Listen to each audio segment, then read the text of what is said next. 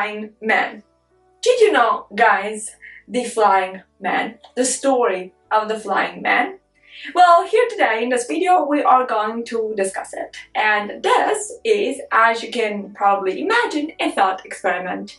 Yes, because in the Middle Ages, when there was no TV and people did not sleep, because I believe they did not sleep really, all they did was thinking. That faculty that we seem to have lost nowadays, well, they use it very much. And so they formulated what was a thought experiment, things that you don't really see in reality, but they might exist. Where it's debatable. I don't know that yet. But anyway, thought experiments. The Islamic world, especially in the Middle Ages, the 10th, the 11th, the 12th, the 13th century, because 14th a little bit, but then from the 15th onwards you got to the Renaissance. Quick historical parenthesis. In the Middle Ages, the Islamic world was very famous for elaborating thought experiments. Let me give you an example, a quick one, and then we'll go back to the Flying Man. First example was, what happens if the heavens vanished? Can time continue to exist? Now, let's stop right here for a quick second. If the heavens vanished is a phrase that we would have no clue of what that means nowadays. No philosopher would ever frame that question as they did. But the whole point was, where does time reside? Is that something external or is that something in our heads? Another thought experiment was, for instance, what happens if God, while you are away, let's say for work, turns your household servants into horses? And then you come back home and you find out that horses have been urinating all over your books. Yes, I'm not joking. This was actually a thought experiment, but not the one that interests us nowadays. The one that interests us nowadays is that of the Flying Man, elaborated by Ibn Sina, known as Avicenna, and Avicenna lived between 980 and 1037. What is the Flying Man? Imagine, says Ibn Sina, imagine that you are this man who lives in space and has outstretched limbs and veiled sight. So he cannot touch himself, which is kind of weird, right? Can you imagine? Like, how does he feed himself? For instance, just a quick question to put out there. But the whole point for Avicenna was not how he feeds himself. He apparently can survive without food. Good for him. Probably doesn't even pollute that much then. Alright, but the point is, will his mind be completely blank? So this is the point.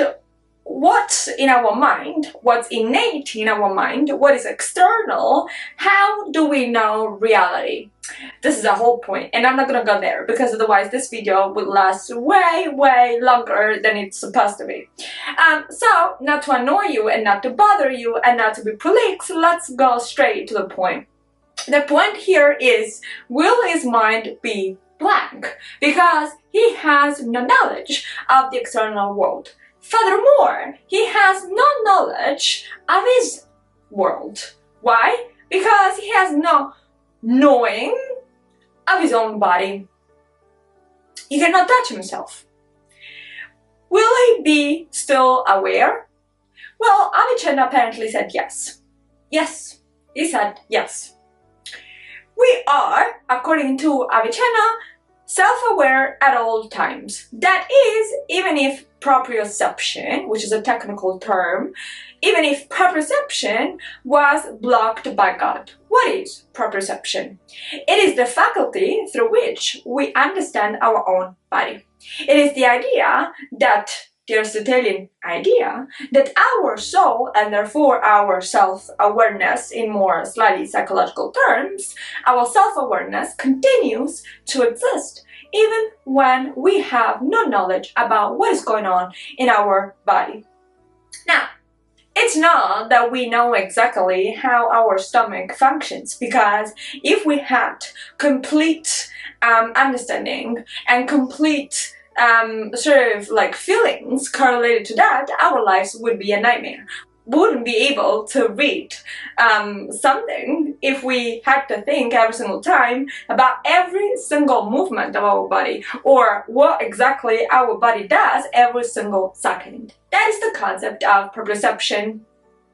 We are aware, but paradoxically, we are not aware. Interesting.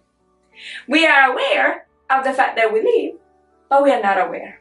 I mean, we do know that we are existing, living, but at the same time, we don't think about it. And it's not just that we don't think about it, we also do not really grasp that idea. We have no knowing about that. I mean, yes, I do know that I live, but then in the course of the day, I'll think about what I have to do rather than me living.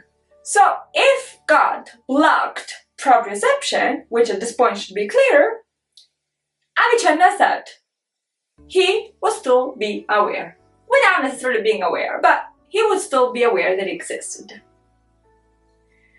So the question is, how? That's the first question. The second question is, why? The third question is probably again, how? How exactly do we do that? Well, Avicenna was not interested so much in this, right? It was too much, neurobiology and consciousness and philosophy. It was too much. He didn't have the tools, probably, right? But this is the interesting thing. He understands the soul, because that is really the concept, as Aristotle did. That is as an organizing principle.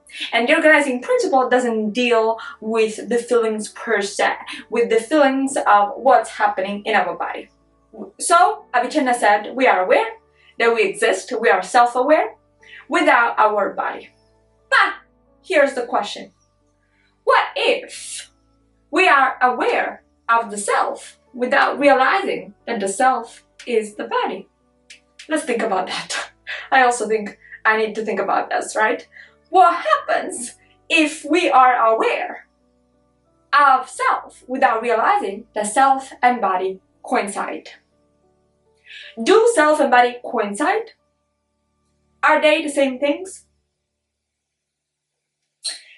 Here's the question for you guys. Because some philosophers in the past have completely split the mind, that is the soul, from the body. Nowadays we have a much more integrated version. However, we do continue to exist even when there is a form of dissociation. But that is a different story. So I want you to answer to this question if you want to. You know what to do. Go ahead, comment below, let us know your thoughts, and we're gonna chat next time in a new video. Bye!